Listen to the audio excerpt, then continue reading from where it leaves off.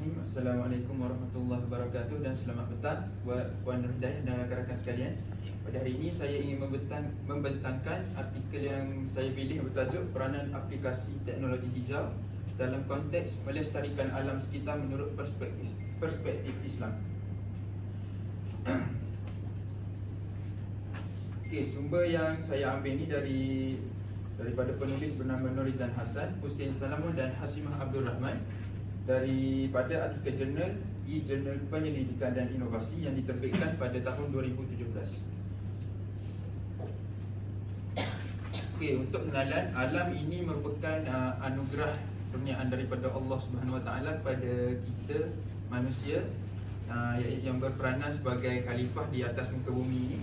Okey, alam ni yang dikurniakan ni seharusnya kita jaga dengan seeloknya lah. Okey, kerosakan ataupun pencemaran yang berlaku di udara maupun di laut, di daratan sekalipun adalah disebabkan oleh perbuatan tangan-tangan manusia kita sendiri. Iaitu agama Islam khususnya menyeru manusia untuk menjaga dan memelihara alam sekitar, dan dengan adanya teknologi hijau ni, ia merupakan salah satu usaha untuk merealisasikannya.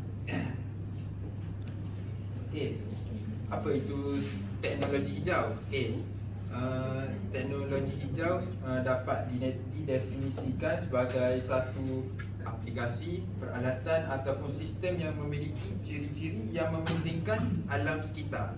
Okey, tujuan teknologi hijau ni adalah untuk memelihara dan memeliharalah alam sekitar, di samping membantu menyumbangkan sumber tenaga yang diperbaharui seperti cahaya matahari ataupun air. Okey, itu adalah contoh sumber tenaga yang boleh diperbaharui.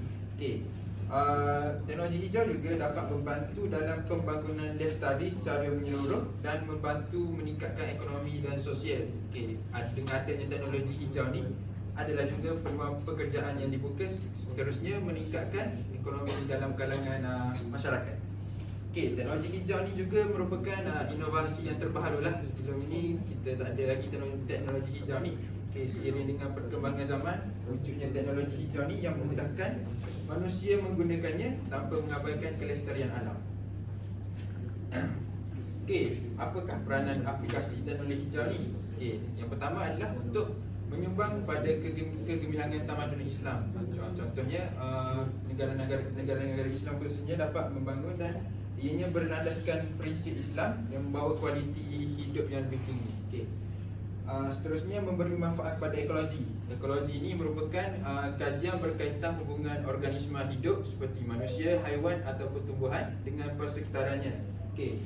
Apabila ekologi ini seimbang, ia secara tidak langsung mampu meningkatkan kualiti persekitaran, pengurangan kos dan juga kecekapan tenaga dan pemeliharaan sumber. Okey, ia juga akan menunjukkan nilai dan imej Islam. Seterusnya, teknologi hijau membawa tujuan yang sama dengan seruan Islam seperti yang saya bincangkan tadi, untuk memelihara alam sekitar.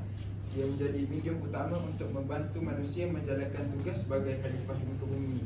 Okey, antara contoh teknologi hijau yang kita boleh lihat hari ini seperti penggunaan kincir angin, tenaga solar daripada cahaya matahari, ataupun juga penggunaan empangan hidroelektrik yang menggunakan kuasa air.